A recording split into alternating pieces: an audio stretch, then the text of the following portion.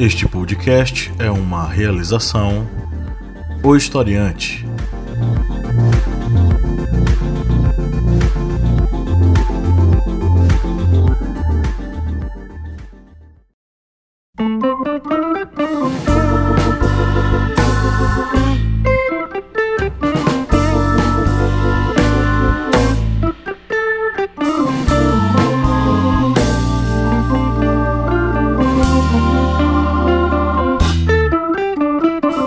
Olá, historiantes, bem-vindos mais uma vez aqui ao seu podcast, o podcast do Historiante, no seu programa da segunda-feira, a Minipédia.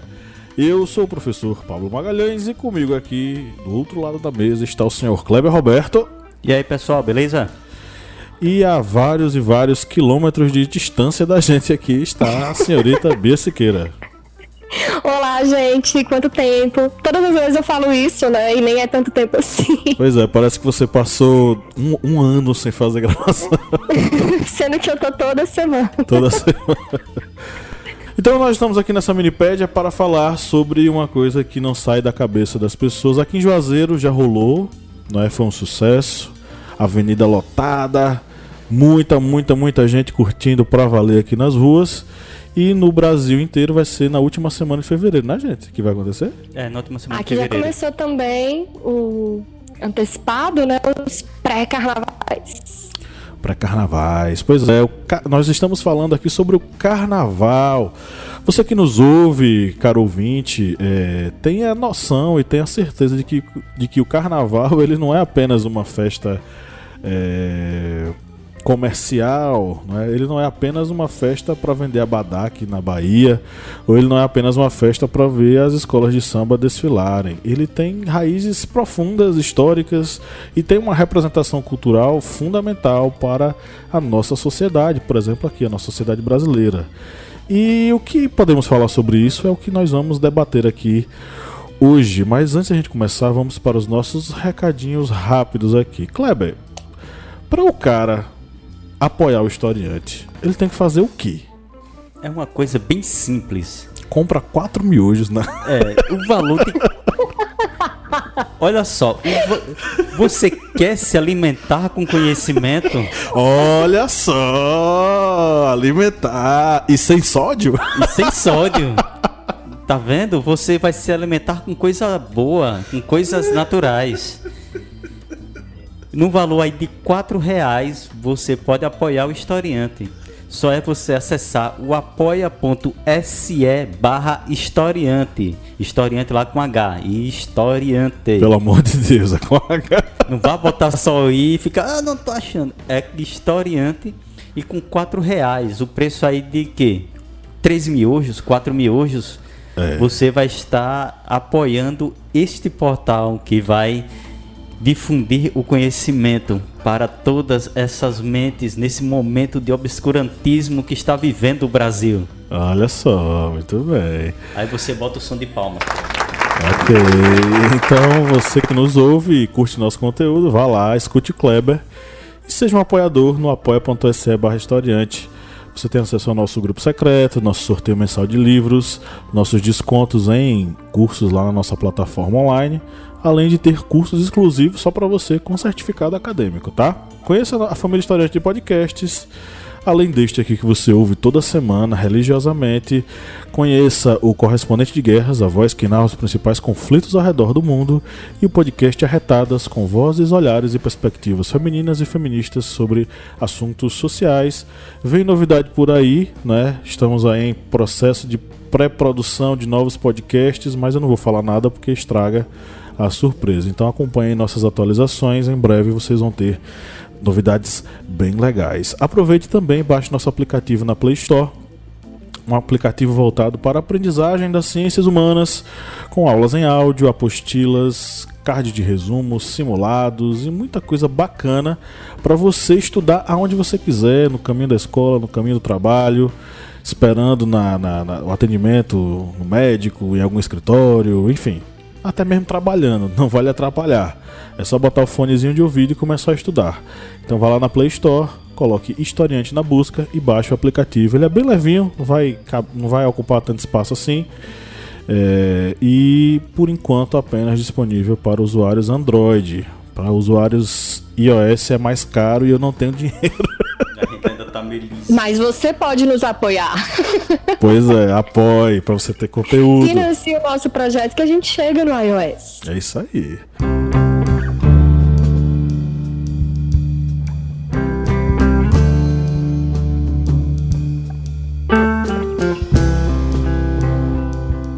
Bom, agora vamos para nossa pauta.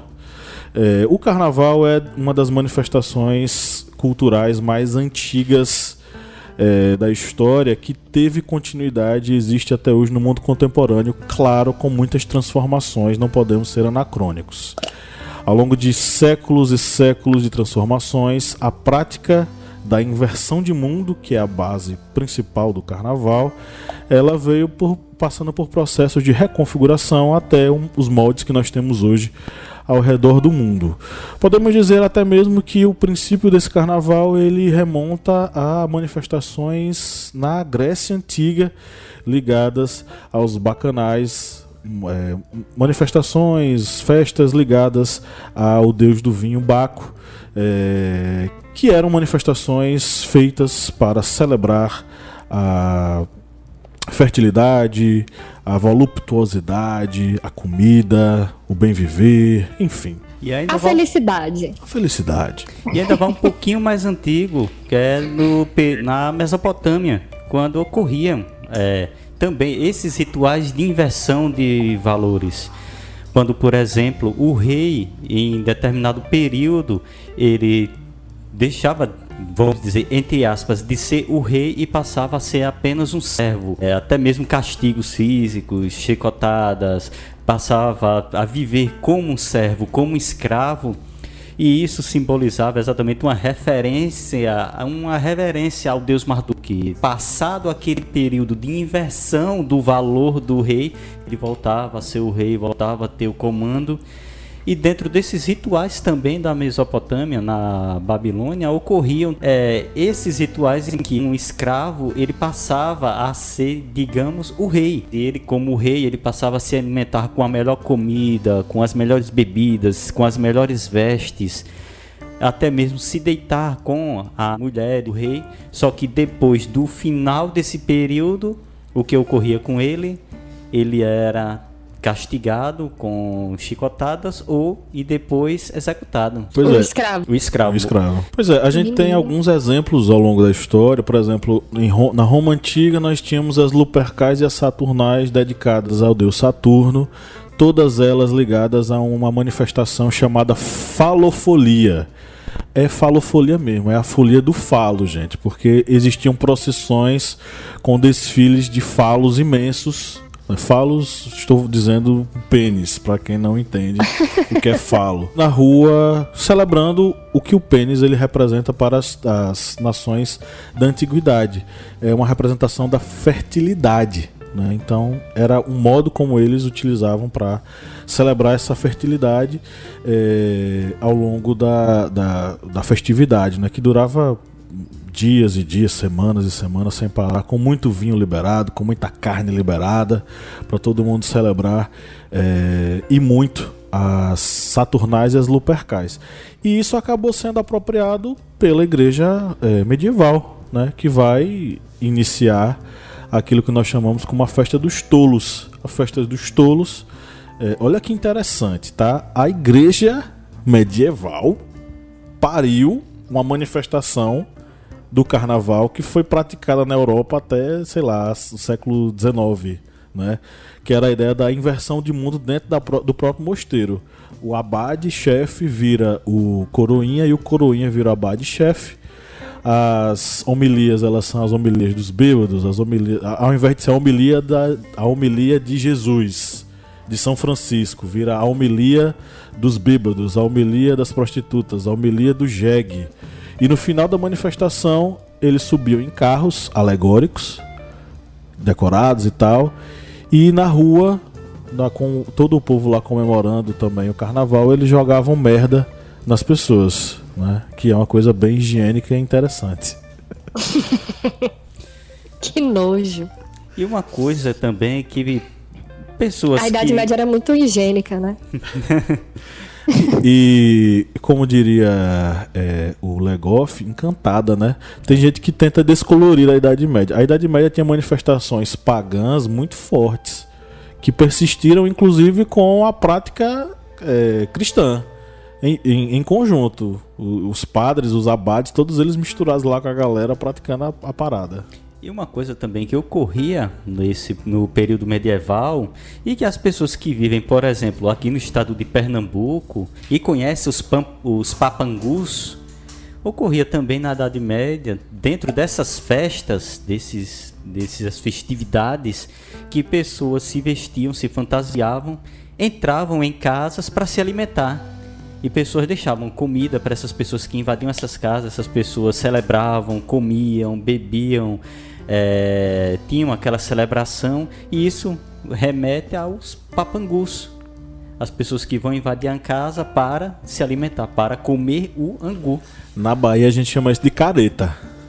Aqui em Pernambuco é o papangu. São os caretas que vão passando de casa em casa pegando comida, fantasiados. Em Minas também tem algo assim. Eu esqueci o nome deles, mas eu acho que é os caretas também, é algo assim, deles se fantasiar, botar máscara mesmo, né? Isso, botar máscara e sai de casa em casa, mexendo com o pessoal, como a gente chama aqui, arreliando as pessoas. Dá medo mesmo, eu via isso quando era criança lá em Minas, morria de medo.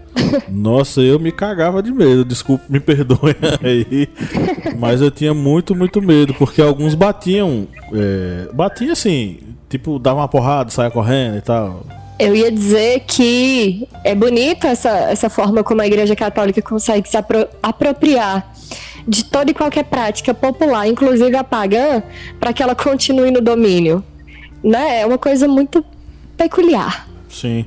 E aí no final já no período do Renascimento, século XVI, XVII e na Era Moderna já, a gente vai ter um processo vou chamar de higienização dessas práticas, porque começa a se praticar o carnaval muito ao estilo veneziano, que é o baile de máscaras mais luxuoso, mais pomposo, ligado aí, não mais com aquela bagunça, aquela sujeira toda do período medieval, e já é uma coisa mais ligada às classes mais altas, enfim, o carnaval meio que é domado por essas classes mais ricas, né, veneziana e tal, onde a prática permanece durante muito mais tempo, e ela acaba alegando aquela ideia de carnaval como o baile burguês, o baile das máscaras burguês, uma coisa mais pomposa e tal, que é o que a gente tem hoje no carnaval veneziano, né? Elitizado, que é o que a gente tem até hoje no carnaval veneziano. Quem tiver curiosidade é só colocar no Google aí, carnaval veneziano, que você vai ver. É o desfile de máscaras, aquele baile mais... No Brasil, nós tivemos uma elitização desse carnaval com os grupos, as filarmônicas, né? Aqui em Juazeiro nós tivemos duas filarmônicas, dois clubes, né? Que foi o clube da Apolo e o clube da 28. Ambos faziam carnaval de salão, né? Com marchinhas, mas muito mais burguês, muito mais embranquecido, muito mais ligado a uma... Petrolina também tem, né? Tem também. Eu acho que a tônica é uma tônica de várias cidades em nosso país, de ter pelo menos aquela bandinha que toca na festividade, no 7 de setembro e tal, e aí terem também um salão para essas festividades. No Brasil a gente vai ter duas culturas ali que vão se entrecruzar. Uma é uma manifestação ligada aos povos africanos, né? E a outra ligada a esse carnaval branco de salão. Reflexo da nossa colonização. Lembrando que a gente não surgiu do nada, né? Exatamente. Uma coisa que temos que ressaltar também é a festa da carne, a festejo da carne, para ter esses excessos, mas o nome carnaval do latim é carne levare, levar a carne. ou seja, levar a carne embora, já que a igreja medieval, quando liberou esses excessos do carnaval, era para dar o início da quaresma, que é um período de severidade religiosa bem maior, onde vai ter os jejuns, onde a carne será levada embora, já que as pessoas não vão consumir carne. Esse hábito que se resume mais só a, digamos, a Semana Santa, era abrangida por todo esse período de 40 dias antes da Semana Santa. E esses excessos eram exatamente o excesso antes desse período de severidade religiosa, de jejum e de abstinência de excessos. E lembrando que no carnaval, acho que a primeira manifestação carnavalesca no Brasil foi o Intrudo. O Intrudo ainda com muito... Porque o Intrudo é aquele carnavalzão de rua, bem... Que tem o coisa do mela-mela, que a pessoa sai na rua e o outro vem melar a outra com alguma coisa que ninguém sabe o que é. Às vezes joga maisena, às vezes joga farinha, joga água. E ele era praticado nas ruas e principalmente pelas classes mais pobres europeias. No Brasil ele era muito, muito praticado pelas classes pobres brasileiras e pelas tribos africanas. E também com muita participação dos brancos pobres brasileiros. E dos brancos ricos também, que iam também para o Intrudo, né? Então era uma mistura típica do carnaval. Só que aí a burguesia, a nobreza brasileira começaram a fazer o que muitos na Europa faziam. Domar o carnaval e fazer uma manifestação mais organizadinha, do salão, que pudesse ser controlada, que não tivesse, entre aspas, tanta violência.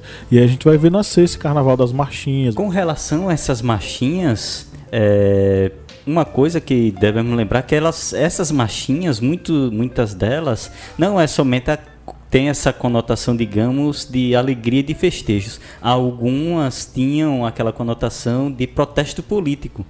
No início da República mesmo, há várias e várias marchinhas criticando alguns excessos de alguns políticos, de algumas atitudes de políticos, e isso se tornou notório tanto dentro dessas marchinhas como também dos desfiles carnavalescos. Até mesmo nos desfiles de grandes escolas de samba que ocorrem no Rio de Janeiro, há algumas delas que se utilizam desse espaço para fazer a sua manifestação política, a sua crítica social. Ainda hoje, né? Sim, com certeza. E uma coisa também, uma das principais, digamos, criadoras de marchinhas, dessas músicas mais carnavalescas, foi a compositora Chiquinha Gonzaga.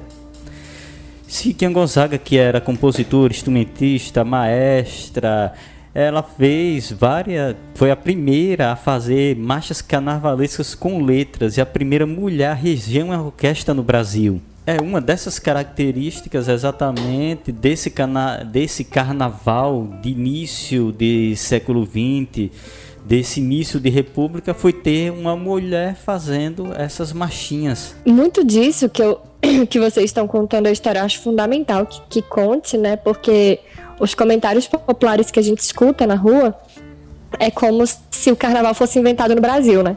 Tipo, o carnaval é uma festa brasileira. Tivesse nascido aqui, né? É, como se tivesse nascido aqui, como se todas as práticas do carnaval fossem feitas por nós, brasileiros, e por nossa cultura, que é menos refinada que a Europa e os Estados Unidos e tal.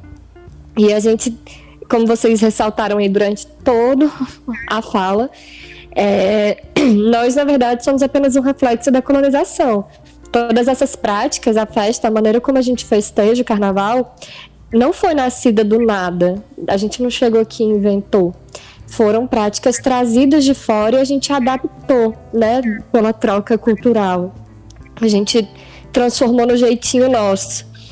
Mas acontece no mundo todo da mesma forma. A questão da inversão de valores, as pessoas que saem na rua com roupas mais provocativas, vamos dizer assim, fantasiadas, enfim, isso tudo, esse negócio do excesso do álcool, o excesso do festejo.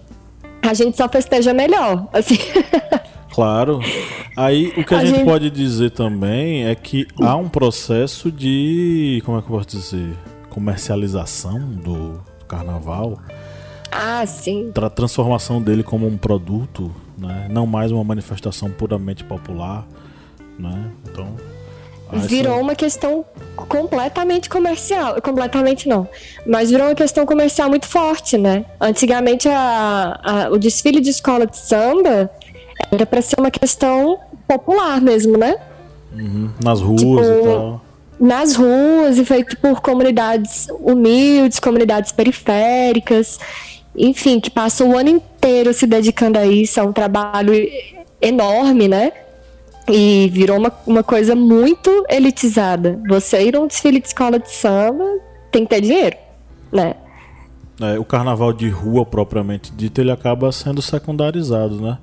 Por exemplo, a festa aqui em Juazeiro, ela é uma festa aberta. Ela é uma festa para quem quiser ir, vai lá e assiste. Corre atrás do trio. Eu tô com saudade. Não é para quem quiser, gente, porque eu queria estar lá hoje.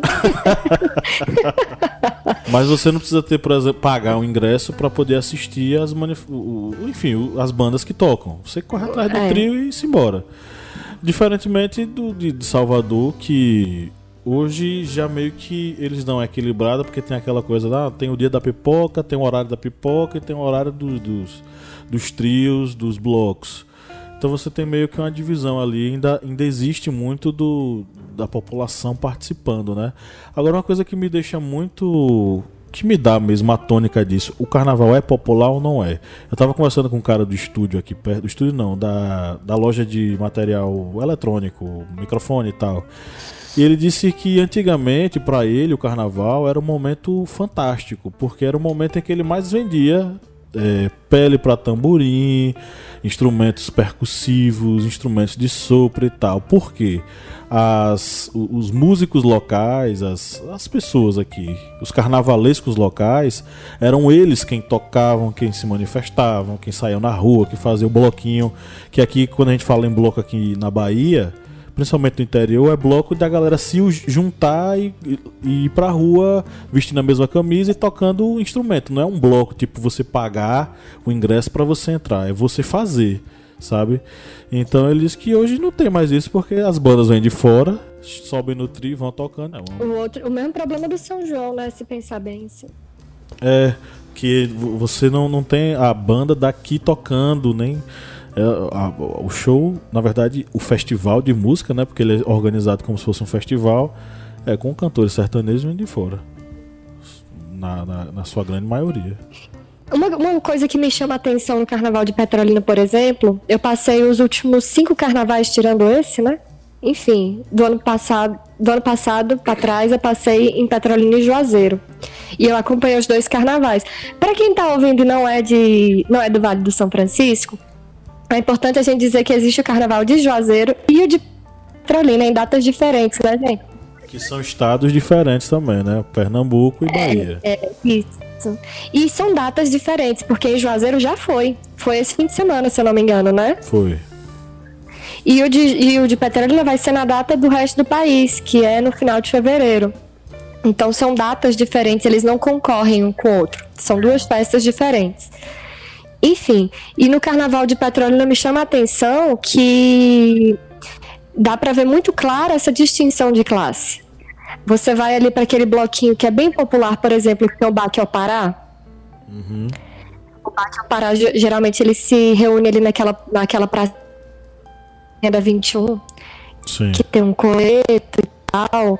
Aí eles ficam em cima do coreto e, enfim, vai qualquer um, é aberto, qualquer um vai lá, bebe, pode levar sua cerveja de casa, ou você pode comprar cerveja de lata, doura, é completamente aberto, não cobra nada.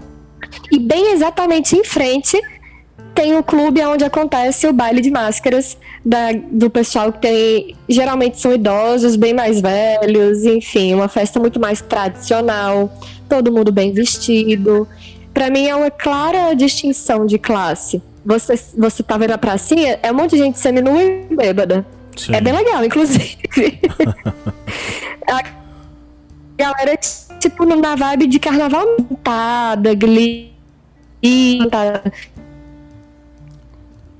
aí você olha pro outro lado, o pessoal no baile de máscaras, bem vestido, o pessoal classe petrolinense, né? Aquela coisa tradicional.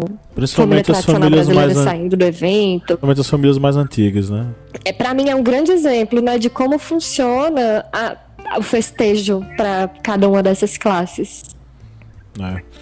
E talvez a gente esteja, principalmente falando sobre o carnaval, tendo que refletir sobre essa relação entre aquela cultura que é a cultura popular e a interface com uma cultura das elites, do que elas entendem como popular e como elas se apropriam dessa manifestação popular, né? Então é uma interface de relação entre essas duas culturas, a cultura alta, entre aspas, né, que é a cultura das elites, e a cultura popular, que é aquilo que é largamente praticado entre as classes populares nas principais cidades e no interior do Brasil, né, sobre o que é o carnaval. Então é um ponto de intersecção, porque no carnaval, na verdade, se você for parar para pensar, no carnaval tá todo mundo misturado. Ainda que exista essa divisão, ainda que exista, e eu não estou dizendo que não existe, eu estou concordando. Essa divisão existe, tem festa que é pessoal que tem mais grana, que tem um poder aquisitivo diferente, que vai lá porque tem uma ideia diferente, e tem a grande festa da população. Mas mesmo assim, ainda assim, o carnaval acaba sendo um espaço, porque é um espaço aberto. Um espaço de acaba que quebra as sendo, barreiras. apesar de eu ter dado esse exemplo, né, esse exemplo real e tal, acaba sendo e continua sendo o período de apropriação da cultura popular no sentido, ai meu Deus, das comunidades carentes e comunidades mais baixas, da classe mais baixa. Sim. É o momento do ano que as classes mais baixas, a cultura que eles produzem, o conteúdo que eles produzem musical, expressão artística, é agora que eles vão estar em evidência no país. Talvez seja a manifestação mais, com todas as ressalvas possíveis que devem ser feitas, é o momento mais democrático, é a festa mais democrática que a gente tem no Brasil. Porque ela acaba... Provavelmente. Na avenida, por exemplo, tá todo mundo lá. Se você for parar pra pensar, quem é que tava seguindo o trio aqui em Juazeiro? Se você for analisar quais são as classes, quais são os grupos sociais, tava todo mundo misturado. Porque é uma festa aberta. Vai quem quer. E, claro, com disposição para correr atrás do trio, né? O que é diferente, por exemplo, de uma festa paga. Você tá fechado, tá... Vai entrar ali quem tem a possibilidade de pagar para estar lá. Por exemplo, o São João Petrolinense, que é feito lá na Caixa Prego, longe pra caramba. Quem é que vai para lá? Quem tem um transporte ou quem pode pagar um transporte para chegar até lá, ainda que tenham coletivos, ônibus coletivos que vão para lá, né? Então é um meio de, como é que eu posso dizer, refinar, entre aspas, quem participa desse tipo de festa. Selecionar o público, né? Tipo, elitizar a parada. Sim. Eu ainda vejo que tem o seguinte, tem toda essa questão aí de... reforça aquela ideia que Kleber estava explicando, né? De que o carnaval, ele surgiu como uma inversão de valores, né? Período em que a grande classe, a classe alta, começa a se misturar com a classe baixa para vivenciar aquela experiência ali no meio da festa. Tipo, fantasia mesmo, se vestir de classe baixa naquele momento para vivenciar aquela cultura, aquela experiência de ouvir uma música, um samba, um funk, uma marchinha, coisa que eles não ouvem no resto do ano, né? E aí, isso só durante esse período do carnaval. E enquanto a classe baixa é excluída dessa festa, eles que produziram, mas eles que às vezes são excluídos mesmo assim, mas estão ali mesmo assim, na rapinha, né? Na rapinha do festival, como acontece em Salvador. Sim. Né? O pessoal fica na pipoca. Sim, na pipoca. E outra coisa que me deixa muito incomodada de assistir, eu assisto pela televisão de Salvador, porque infelizmente, né? É meio difícil ir. E eu também via muito isso lá no de Juazeiro, é que você preste muita atenção em quem segura a corda da parte da galera que paga o abadá. Com certeza. Presta atenção na cor de quem tá segurando a corda e na cor de quem tá curtindo a festa lá dentro de abadá. Dentro do bloco. Pra mim isso é uma foto, sei lá, uma clara visão da divisão racial e de classe ainda que a gente vive. Porque quem tá dentro do bloco de abadá, geralmente, a maioria são pessoas brancas e classe média alta. E quem tá segurando a corda é a pessoa que ganha, tipo, 50 conto pra passar a noite inteira em pé. Isso. No meio daquela bagunça, aquela muvuca, levando e muitos recebendo só a bebida, viu? Ou comida. Isso. E por aí de maneira bem precária, velho. Você me fez lembrar também do carnaval carioca. Quem é que faz? Fantasias, os carros alegóricos, de tudo. Pessoas pobres e negras. Pobres e negras, a comunidade que a escola tá associada. Mas quem é que desfila? Aí você vai ter muita gente branca desfilando. É claro que eu sei que aquilo também segue uma lógica comercial, porque gastou-se muito para fazer. Aí como é que vai custear isso? Esses caras vão pagar para desfilar, e aí isso vai cobrir os custos. Eu não tô criticando isso não. No final das contas, a comunidade vai se manter através da festa, né? Eles trabalham pela festa e precisam se manter pela festa. Eu não vou reclamar de quem paga seu pão através desse tipo de troca, porque é uma troca, eu acho, extremamente injusta. Eles trabalharam, eles precisam comprar comida para casa, eles vão cobrar pelo aluguel da fantasia. Mas no final das contas você cria uma elitização, né? Porque quem vai desfilar, quem vai ter a apoteose, quem vai aparecer na Globo, na transmissão, quem é que vai ser? Vai ser o povo branco e não o povo que fez as fantasias, que é o povo preto e pobre. É aquela questão, né, Pablo? A gente não tá criticando em si o trabalhador que acaba que troca o mercado, a mão de obra dele nesse período por dinheiro. É óbvio que ele vai fazer isso. A nossa crítica é a lógica capitalista, de que quem produziu aquilo não tem acesso à festa glamurosa que acontece. Isso. E isso me lembra Zé Ramalho. Tá vendo aquele edifício, moço? Que eu ajudei a levantar? Pus a massa de cimento. Eu não posso mais entrar. Enfim. Chegamos ao final de mais uma Minipédia, meus queridos e querida. Algum recado para o pessoal? Me chamem pro carnaval, gente. Que não seja em Brasília, porque teve facada aqui essa semana. Fala-me, Nossa Senhora. Vem pro carnaval de Petrolina. Vem pro de Juazeiro, que teve uma facada ali na Adolfo Viana. O cara esfaqueou. Tem faca rolando e tudo. Tá difícil. Pois é, chegamos ao final de mais uma Minipédia. Vocês têm alguma sugestão de leitura pra galera, minha gente? Eu tenho um livro de história do riso, né? Do Jorge Minoir. É bem interessante. Ele fala um pouco sobre a história do carnaval. Eu já recomendei, né, o do da Mata, que ele fala sobre essa questão aí do carnaval, da troca de valores. E fica feio recomendar da Mata 2 vezes, porque vai parecer que eu gosto dele. Vai se vira. Kleber, tem alguma? Cultura Popular na Idade Média, de Bakhtin, que é um livro muito bom que também vai abordar essa questão, digamos, dessa Idade Média que não é trevas, é uma Idade Média de riso, de alegria, de festejos. É isso aí. Um grande abraço e tchau, tchau, galera. Tchau, beijo. Valeu.